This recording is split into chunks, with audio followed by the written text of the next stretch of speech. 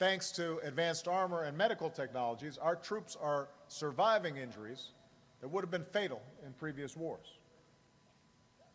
Don't pause, don't question the instructions that are being given, because this is a serious storm and it could potentially have fatal consequences if people haven't acted quickly.